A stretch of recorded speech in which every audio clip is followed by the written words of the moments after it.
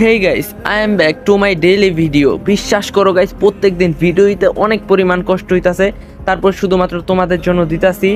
সেই ভয়ঙ্কর রাতে কি হয়েছিল পার্ট 3 নিয়ে এসে পড়ছি। তো বেশি কথা না কয়ে ভিডিও শুরু করা যাক। সন্তানের এমন আকুতি মিনতি শোনার পরে সে রাজি হলো আর বলতে শুরু করলো, শোন, তোর বাবা এবং আমি দুজনেই ছিলাম বেশ গরিব। দুবেলা দুই মুঠো ভাত খাইতে পাইতাম না, অনেক কষ্টে যাচ্ছিল আমাদের জীবনটা। হঠাৎ একদিন তোর বাবা আমাকে জিজ্ঞাসা করলো, জামিলা, এইভাবে চললে তো আমরা কিছুদিন পরে মারা যাব, আমাদের কিছু করা দরকার, যে কোনোভাবে কোটিপতি হতে হবে। তখন আমি তোর বাবাকে উত্তরে বললাম, কি করবে বলো? শোনো, আমি চুরি করব এখন থেকে, কারণ এই চুরি ছাড়া কখনোই সম্ভব না কোটিপতি হওয়া। সেটাই ঠিক বলছো। এর পরবর্তী থেকে তোর বাবা চুরি করতে লাগলো। এতে আমাদের সংসার বেশ ভালোই যাচ্ছিল, কিন্তু আমাদের তো শুধুমাত্র ভালো গেলেই হবে না, আমাদের কোটিপতি হতে হবে। এরপর শুরু হলো গরিব দুঃখীর বুকে লাথি মেরে টাকা পয়সা নেওয়া। বেশ কয়েক বছর পর আমরা অনেক টাকার মালিক হলাম। এরপর তুই আসলি এই পৃথিবীতে, তোর কথাটি সবাই মাথায় রাখেনি। একদিন রাতে শুয়েছিলাম তোর বাবা এবং আমি, তখন তোর বাবা আমাকে বলল, শোনো, তোমার জন্য একটি কাজ নিয়ে এসেছি, খুবই সহজ। তখন আমি বললাম, কি কাজ গো? তারপর তোর বাবা বলল, আমার কিছু লোক ছোট বাচ্চাদের কিডন্যাপ করবে, তুমি সেইগুলো হাসপাতালে নিয়ে গিয়ে ওদের চোখ, কিডনি, রক্ত সব কিছু বের করে নিয়ে অন্য দেশে বিক্রি করবে, এইগুলোতে বেশি টাকা। তোর বাবার এমন কথা শুনে আমিও টাকার লোভে পড়ে গেলাম এবং এই কাজ করতে লাগলাম। তারপর থেকে এই পর্যন্ত লেগেই আছি। এর মাঝে হঠাৎ তোর বাবাকে খুন করা হয়। সেই খুনিটা এই নাফসিই করছিল, যা আমি আগে থেকে জানতাম, যার কারণে হাসপাতালে ওকে আমি কিডন্যাপ করছিলাম। তোরা সবাই ওকে মেঘা নামে চিনল, আমি ওকে নাফসি নামে চিনতাম। ভেবেছিলাম কিডন্যাপাররা ওকে মেরে ফেলবে, এতে আমার স্বামীর মৃত্যুর প্রতিশোধ নেওয়া হবে, কিন্তু কিভাবে যে বেঁচে গেল বুঝতেই পারলাম না। তাই ওর সন্তানকে কৌশলে আমাদের কাছে নিয়েছিলাম এবং পরবর্তীতে শেষ করে দিয়েছি আমাদের লোক মিলে। এই হচ্ছে আসল কাহিনী। রাফির মায়ের মুখে এমন কথা শুনে রাফি আর মিমের বিয়ে যে কাজী পড়াচ্ছিল তিনি বলে উঠল, এই বিয়ে আমি করাবো না, এত খারাপ মানুষ পৃথিবীতে বেঁচে আছে ভাবতেই পারছি না আমি। রাফি, আমাকে মাফ করে দিও, এই বিয়েটা আর হলো না। জেনে শুনে একটা খারাপ মানুষের ছেলেকে আমি বিয়ে পড়াতে পারবো না। তারপর রাফি বলল, ছি মা ছি, তোমরা এতটা খারাপ মানুষ, ভাবতেই লজ্জা লাগতেছে আমার। না জানি কত নিরীহ মানুষের জীবন তোমরা শেষ করে দিয়েছো। তুমি আমার সন্তানটাকে ওই পৃথিবীতে থাকতে দাওনি, ফুলের মতো নিষ্পাপ শিশুটাকে মেরে ফেলছো। রাফির মা বলল, তোকে বলছি না এই সন্তানটি তোর না, এই সন্তানটি হলো। রাফি বলল, থামলে কেন, বলো এই সন্তানটি কার, কে তার আসল বাবা? রাফির মা বলল, জানি না আমি। রাফি বলল, এত টাকা পয়সা থাকার পরও এমন কাজ কেন করো তুমি মা, প্লিজ উত্তর দাও। রাফির মা বলল, কারণ আছে যেটা তুই বুঝবি না। রাফি বলল, আশ্চর্য, আমি কি বাচ্চা নাকি যে বুঝবো না, আমাকে খুলে বলো সব কিছু। রাফির মা বলল, বলবো না, বলতে পারবো না। রাফি বলল, ভালো, খুব ভালো। রাফি বলল, নাফসি, একটি কথা বিশ্বাস করো, আমি নেশার ঘরে না থাকলে কখনোই তোমাকে ধর্ষণ করতাম না। সত্যি আমি সেই দিন নেশার ঘরে ছিলাম। নাফসি বলল, না, তুই সেই দিন কোনোভাবেই নেশা করস নাই, নেশার ঘরে ছিলি না, আমার স্পষ্ট মনে আছে। তারপর রাফি বলল, তাহলে আমি তোমাকে ধর্ষণ করি নাই, হয়তো আমার মতো দেখতে অন্য কেউ আছে। তারপর নাফসি বলল, আমি সব পছন্দ করি, কিন্তু নাটক পছন্দ করি না একদম। তোরা যে কি প্ল্যান করছিস সেটা আমি ভালো করেই জানি, বুঝছিস? রাফি বলল, সত্যি কোনো প্ল্যান করি নাই। নাফসি বলল, ওয়েট, একটা জিনিস দেখাচ্ছি। কথাটি বলেই নাফসি তার ব্যাগ থেকে একটা জিনিস বের করে, ব্যাগ থেকে মৃত বাচ্চাটির লাশ বের করে নাফসি বলে, এই দেখ আমার সন্তানকে তোরা কিভাবে হত্যা করছিস। কথাটি শুনে সবাই বাচ্চাটির দিকে তাকিয়ে দেখে সত্যিই তো চোখ, কিডনি কিছুই নেই শরীরে। তখন রাফি বলল, মা, তুমি শেষ পর্যন্ত এমনটা করতে পারলে তোমার নাতির সঙ্গে? রাফির মা বলল, হ্যাঁ করছি। তখন রাফি বলল, তুমি যে আমার মা, সত্যি এটা ভাবতে, প্রকাশ করতে লজ্জা লাগতেছে আজ। কি দোষ করছিল আমার এই নিষ্পাপ শিশুটা, কেন তার সঙ্গে এমনটা করলা, উত্তর দাও আমাকে।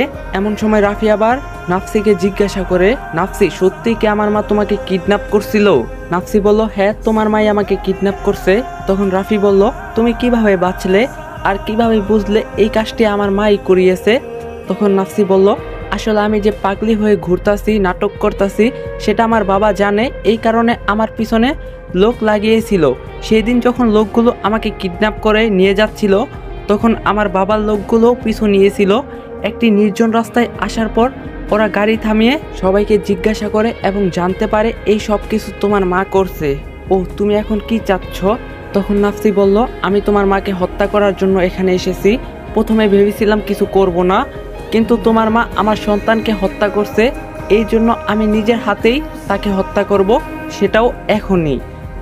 তখন রাফি বলল, এমনটি না করলে হয় না? নাফসি বলল, না হয় না। তখন রাফি বলল, ঠিক আছে, তোমার যা ইচ্ছা তুমি করতে পারো। এমন মায়ের দরকার নেই যেই মা এতটা জঘন্য কাজ করতে পারে। যাও, নিয়ে যাও। তখন রাফির মা বলল, রাফি তুই এই কথাটি বলতে পারলি? কি করি নাই তোর জন্য? হ্যাঁ, এই সব কিছু তোদের জন্যই তো করছি। রাফি বলল, তোদের জন্য করছি মানে আমি বাদে আর কেউ আছে নাকি? হ্যাঁ। তখন রাফির মা হাসলো। রাফি বলল, হাসতাছে কেন মা? সত্যি কাহিনী কি বলো? তখন রাফির মা বলল, সময় হলেই বুঝতে পারবি কেন হাসতাছি। আসবে, সে ফিরে আসবে। সে ফিরে আসলেই তোরা সবাই শেষ হবি। রাফি বলল, মানে? তখন রাফির মা বলল, সে আসলে সব মানের উত্তর পেয়ে যাবি। আমাকে শেষ করা এত সহজ নয়, কথাটা মাথায় রাখিস নাফসি। তখন নাফসি বলল, তোর তো বাপের অভাব নাই। তোর যে বাপই আসুক না কেন, আমার হাত থেকে আজ তোর রক্ষা নেই, তোকে আমি শেষ করবই। তখন রাফির মা বলল, সেটাই দেখা যাবে কে শেষ হয়। রাফি বলল, মা তুমি কি বলতে চাচ্ছ? প্লিজ খুলে বলো, এমন কাহিনী করার কি আছে এখন? হ্যাঁ, এই চুপ কর, তোর ওই মুখে আমাকে মা ডাকবি না। একটু আগে কি বললি মনে নেই? কেন, কোনো মিথ্যা কথা বলছিনি। তুমি তো সত্যিই এমন কাজ করো, তাহলে তোমার শাস্তি হওয়াটা স্বাভাবিক, তাই না? আমার শাস্তি হবে না এটা আমি মানতে পারি না। আমি আরো এমন কাজ করব, কারণ আমার টাকা চাই, টাকা টাকা টাকা, বুঝছো? তখন রাফি বলল, তুমি টাকার নেশায় অন্ধ হয়ে গেছো মা, এই টাকাই তোমাকে শেষ করে দিবে। এটা আমি বললাম তোমার সন্তান হয়ে, বুঝছো? তখন রাফির মা বলল, সন্তান হয়ে এই কথাটি বললি? তুই তো দেখি আমার বড় শত্রু। হ্যাঁ, সমস্যা নাই, তোকে পরে দেখে নিব আমি। তুই সন্তান নামের কলঙ্ক। মায়ের মুখে এমন কথা শুনে রাফি রাগান্বিত হয়ে বলে, নাফসি এই মুহূর্তে এই খুনিটাকে আমার চোখের সামনে থেকে নিয়ে যাও, এর মুখ আমি দেখতে চাই না। ওইদিকে বিয়ে বাড়িতে এমন কাহিনী দেখে মিমের বাসার লোকজন বলতে থাকে, আল্লাহ আমাদের নিজ হাতে বাঁচিয়েছে, এমন খারাপ পরিবারে আমাদের মেয়েটির বিয়ে হচ্ছিল, ভাবতেই পারিনি। এই চলো সবাই এই বাড়ি থেকে আর এক মুহূর্ত থাকতে চাই না। এমন কথায় রাফি বেশ কষ্ট পেয়ে তার মাকে উদ্দেশ্য করে বলে, দেখছো মা, আজ তোমার জন্য আমার বিয়েটাও হচ্ছে না, এর থেকে কষ্ট কি আছে বলো? রাফির মা বলল, মিম কোনো মেয়ে হলো? এর থেকে আরো সুন্দর মেয়ে দেখে তোরে বিয়ে দিব। তখন নাফসি বলল, আগে আমার হাত থেকে রক্ষা পা, তারপর না হয় এই কথাগুলা চিন্তা করিস। তুই আমার কিছুই করতে পারবি না, তার আগে আমি ফুরুত হয়ে যাব। হা হা হা, বুঝছ নাই? নাফসি আপু প্লিজ এই মেন্টালকে এই জায়গা থেকে নিয়ে যাও, ওর কথা আর শুনতে ইচ্ছা করতেছে না। মিম বলল, ওর কথা শুনতে ইচ্ছা করতেছে না, পাগল হয়ে গেছে। এরপরে নাফসি তখনই রাফির মায়ের চুলের ঝুঁটি ধরে নিয়ে যাচ্ছিল, এমন মুহূর্তে একটি ফোন আসে। ফোনটি রিসিভ করলে ওপাশ থেকে আওয়াজ আসে, এই তোকে ধর্ষণ করছি আমি, এখন তোর পালিত মাকেও ধর্ষণ করব যদি আমার মাকে ছেড়ে না দিস। কথাটি শুনেই নাফসির বুকটা কাঁপন দিয়ে উঠল, কারণ কে এই লোকটি যে কিনা আমার মাকে কিডন্যাপ করছে আবার ধমক দিচ্ছে। নাফসি জিজ্ঞাসা করলো, এই কে আপনি? তোর অসময়ের স্বামী আমি। মানে? এত মানে বোঝার দরকার নেই, তোকে যা বলছি তাই কর এই মুহূর্তে। নাফসি বলল, সরি। তখন লোকটি বলল, ঠিক আছে, দেখ তাহলে এখন আমি কি করি। কথাটি বলেই কলটা কেটে দেয়। তখন রাফির মা হাসলো আর বলল, বলছি না আমার কিছু করতে পারবি না, আমার সন্তান শেষ করে দিবে তোদের সবাইকে। ও তার মানে তোর আরো সন্তান আছে? হ্যাঁ। তখন রাফি বলল, তোমার আরো সন্তান আছে মানে? কি বলো এসব মা তুমি? হ্যাঁ, আমার আরো একটি সন্তান আছে, যেটা কেউ জানে না, শুধু আমি ছাড়া। তার মানে তুমি এতদিন ধরে আমার সেই ভাইকে লুকিয়ে রেখেছিল? সে দেখতে কেমন, কি করে? তখন রাফির মা বলল, ও একজন মাফিয়া অ্যান্ড ক্রিমিনাল, যার নাম শুনলে বাসা থেকে কেউ বের হয় না। তখন নাফসি বলল, যেভাবে কথা বলতাছস আমার মনে হচ্ছে আব্দুল মাফিয়া মনে হয়, যাকে আজ পর্যন্ত কেউ দেখেনি। তখন রাফির মা বলল, ঠিক ধরতে পেরেছিস, আব্দুল হলো আমার সন্তান, যার কথায় হাজারো সন্ত্রাসীরা থর থর করে কাঁপে। কথাটি শুনে নাফসির বুকে একটু কম্পন দিয়ে ওঠে, কারণ এই আব্দুল এতটাই ভয়ঙ্কর যা বলার মতো না। আজ পর্যন্ত তার শরীরের লোমও কেউ দেখেনি। এমন সময় নাফসি মনে হয় আমি তো আব্দুলের বাবাকে হত্যা করছি, তবুও সে কেন প্রতিশোধ নিল না? কেন? আমাকে খুঁজে বের করা তোর মুহূর্তের কাজ। তখন রাফির মা বলল, কি মুখটা কেন জানি বাংলা বাংলা পেঁচার মতো হয়ে গেল না? তখন নাফসি এক বুক সাহস নিয়ে বলে, শোন, আমি কাউকে ভয় পাই না। আমি তোর সন্তান তো দূরের কথা, বুঝতেই পেরেছিস, সেটা দেখাই যাবে একটু পরে। তখন নাফসি বলল, ওয়েট, তোর সন্তানকে ডাক দিয়ে নিয়ে আসতাছি এখানে। কথাটি বলে নাফসি সেই নাম্বারে ফোন দেয়। ফোনটি রিসিভ হলে বলতে থাকে, শোন আব্দুল, যদি তোর ভাই মাকে জীবিত পেতে চাস তাহলে তোদের বাসায় আয়, না হলে এখনই গুলি করে সবগুলাকে এখনই শেষ করে দিব। তুই শেষ করবি, আমি কি বসে থাকবো? আমি জানতাম তুই ফোন দিবি। আমার মা এবং ভাইকে ছেড়ে দে, তোর মাকে ছেড়ে দিব। দেখ, উনি আমার নিজের মা নয়, মারা গেলে আমার কিছু যায় আসে না, কিন্তু তুই যদি না আসিস তাহলে তোর মা ভাই শেষ হবে, এটা নিশ্চিত থাক।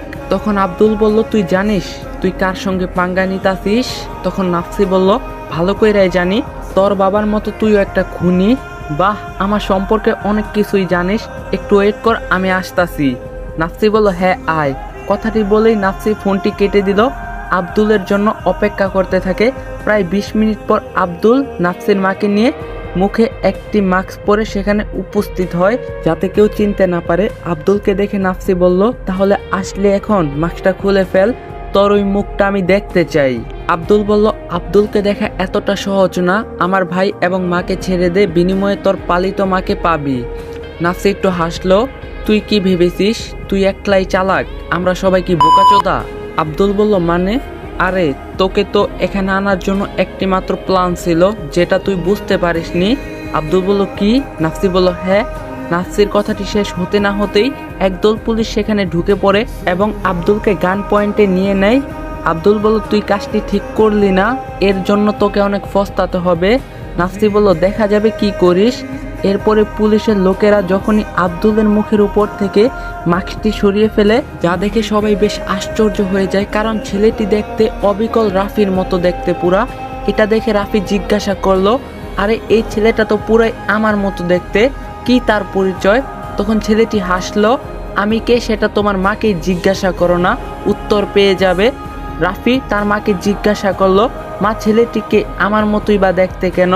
তখন তার মা বলল, ও হলো তোর যমজ ভাই আব্দুল, জন্মের পর ওকে আমি অন্য জায়গায় রেখেছিলাম শুধুমাত্র সন্ত্রাসী বানানোর জন্য। তারপর রাফি বলল, তাহলে এতদিন আমাকে সেই কথাটি লুকিয়ে রেখেছো কেন? তখন রাফির মা বলল, এর অনেক কারণ আছে, সব কিছু তোকে পরবর্তীতে খুলে বলবো, চিন্তা করিস না বাবা আমার। এদের এমন কথা শুনে নাফসি বলে উঠলো, শোন, এইসব কথা জেলে গিয়ে বলিস, এখন সুন্দরভাবে পুলিশের সঙ্গে হাজতে যা।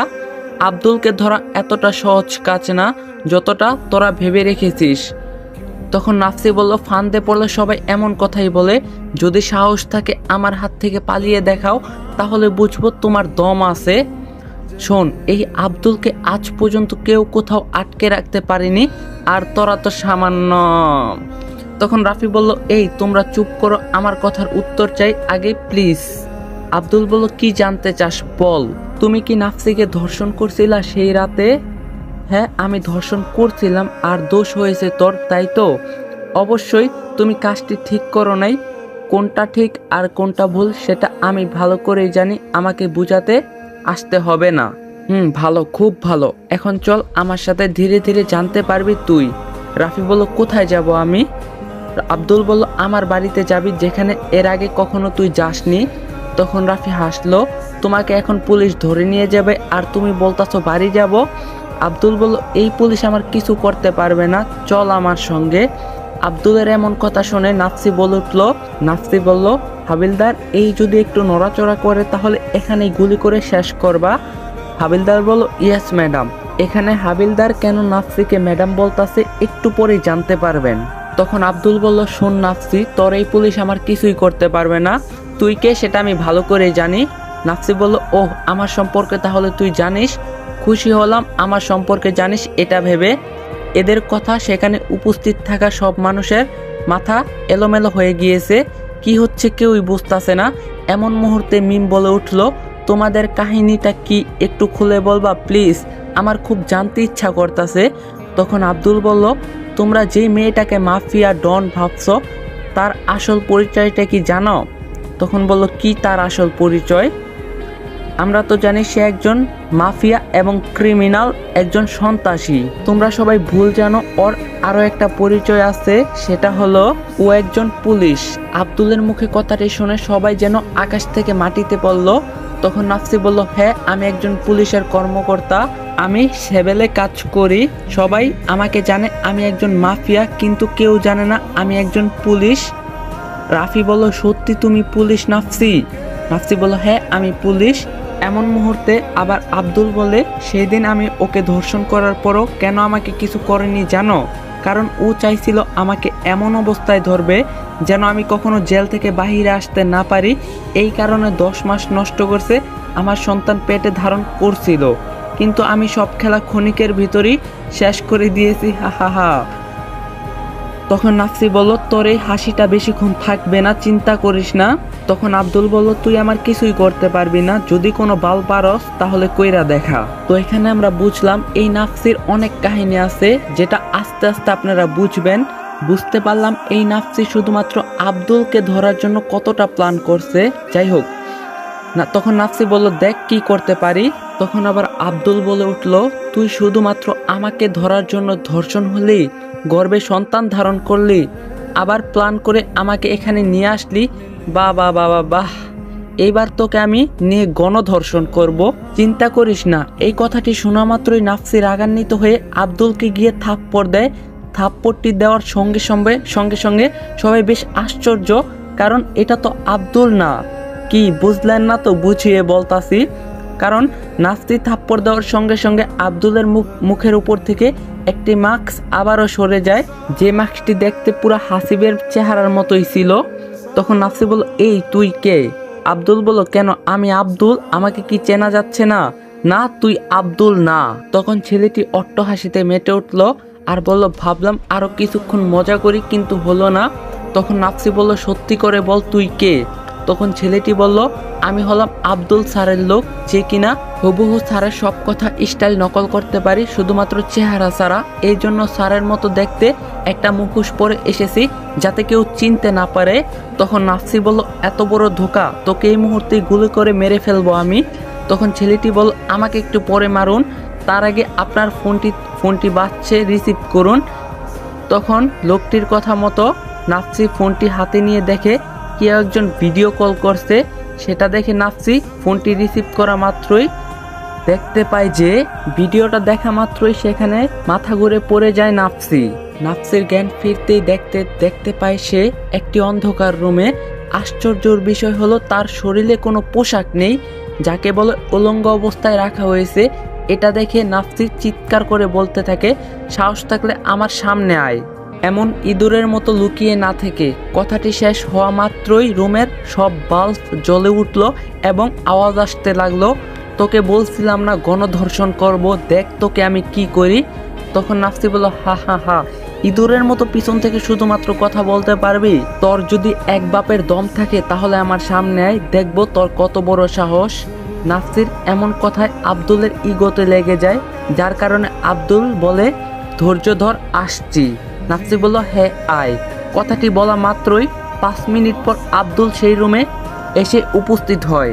গাইস, এখন রাত 3টা বাজে, আমি ভিডিও শুট করতেছি। তো খালি ভিডিও দেখলে কাজ হইব, ভিডিওতে লাইক দিয়ে দেবো, চ্যানেলটা সাবস্ক্রাইব করতে হইব। 20K সাবস্ক্রাইবার খুব কাছাকাছি, তো সবাই চ্যানেলটা সাবস্ক্রাইব করো। আজকের ভিডিও লাইক টার্গেট 2K, একদিনে 2K লাইক কমপ্লিট করতে পারলে পার্ট 4 কালকেই পেবা। তো ভিডিওটা সবাই ফটাফট লাইক দাও, চ্যানেলে নতুন না থাকলে অবশ্যই চ্যানেলটা সাবস্ক্রাইব করো। দেখা হইতেছে পার্ট 4-এ। সবাই ভালো থাকো, সুস্থ থাকো, আর আমি ঘুমাইতে যাই। আল্লাহ হাফেজ।